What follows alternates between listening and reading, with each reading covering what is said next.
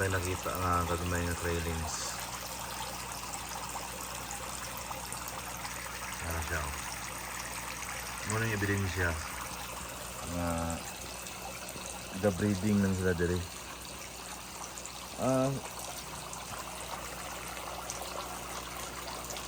Diri sila mo breed. Tapos diri na sila mangitlog. Diri na pud mo dako ang ilang itlog. Kibali mo nilang safe haven.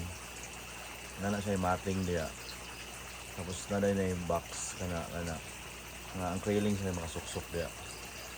Aside ana dikit-dikit ani nga mga hides.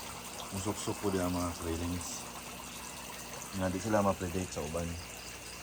Hinoon, kung imo gid silang kwaon para ma-sure gid nimo ang mortality rate, pwede sad. Dire survival of the fittest. Ito mga gahi na kayo. May musuksok, may matago.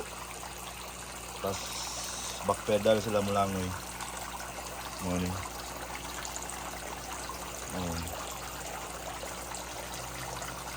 Hindi ka ngay mabalaka ani sa feeding. Awa ko ang mutanganag bahog. Sinukod na. Kay bisan pag nakoy filtration, kusog ako ng oxygenation, mo breakdown sa mga extra na pagkaon, ma-liquefy. Bigla po kumpensa.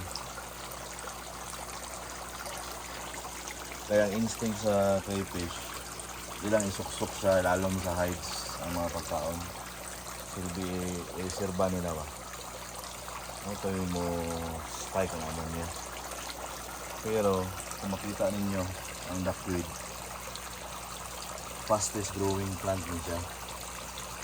Ang iyang feed ano niya is nitrate. Katong mga mahimong ammonia, ang ammonia composed of kanang nasa nitrate or nitrate or kanang kuan sa tubig ng organic nga amo na siya kauno na ning duckweed para i-convert nila og protein. Dali sila managhan. So di kaya kung kuangay mabalaka sa ammonia kay ang nitrate nga mo ko sa muna mo poison kung daghan na kayo. Kauno na ning duckweed.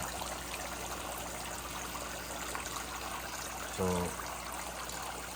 kung ang realidad na kay crayfish, kada adlaw ka maghimog content, kay kada adlaw ka na ibuhaton, wala eh. Ang reality sa crayfish, ang reality ano is, kung sakto pa ka sit up nimo, buka kay buhaton, maintain lang nimo ang tubig, mura. Water change ka kung ganahan ka nga daghanon nimo feed.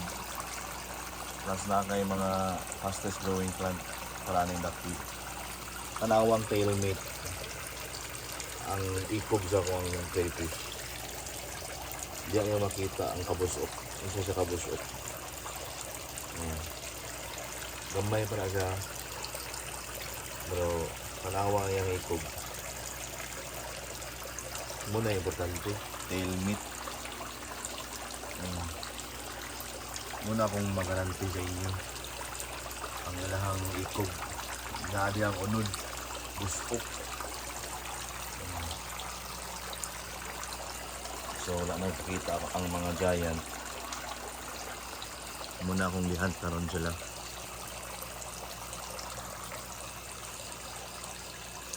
So sakto ang oxygen mo kasudya.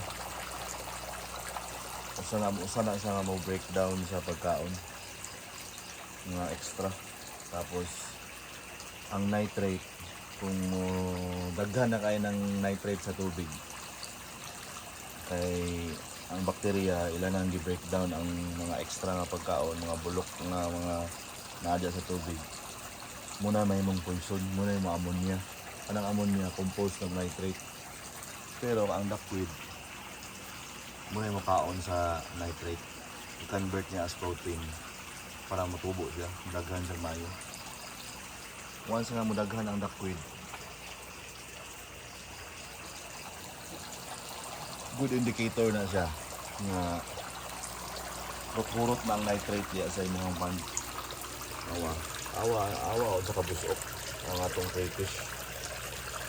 Tail meat. Diyan yung makita ng importansya. Ang unod sa ikog. Ano na importante diya.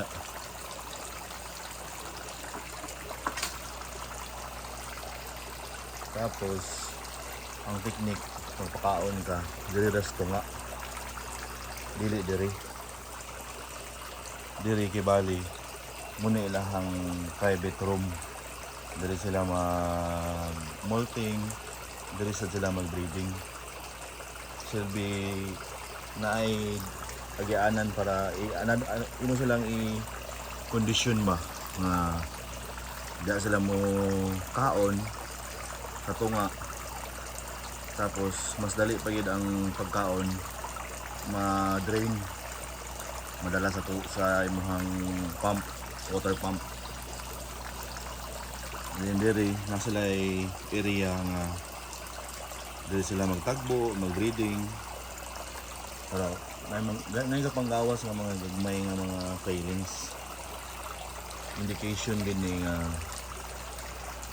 diri na sila ga-breed, diri na sila ga-itlog. Wala kay buhaton. Tapos i-reduce na ini mga male para dili mabundog imong female. Mura. Mutuo ka nga ug na kay crayfish himo nimong content kada adlaw. Ambot lang. Tamling guro ka diri sa pond. Langoy ka. Para madaghan kag follower. Pero ingon nga size sa crayfish kapasali gyud.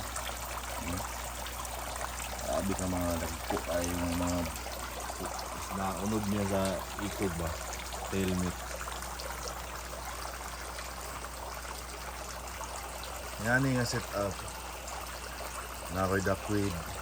Plus usa sa mga fastest growing plant is ang kwan. Ang upo. Grabe. Kay aside sa mukaon sa nitrate,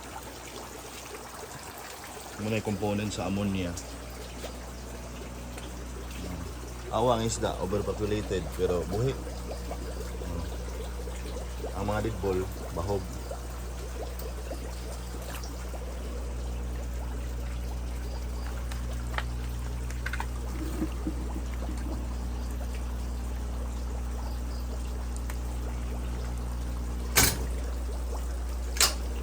So, opo. Tanaw na to ang opo. Tora. Nana siya bunga. Bunga niya siya. Tora.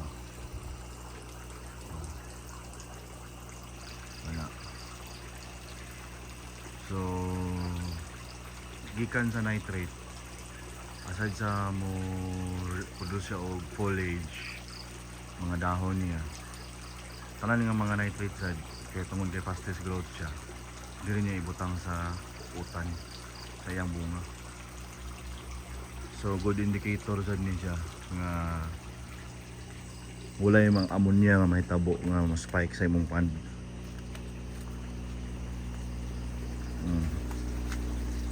So iyang roots ani diri. Simple pero effective. Nya secured ang palibot nga walay iring. Iring ang pinakagrabe gid mo patay sa crayfish. Wild nga mga iring.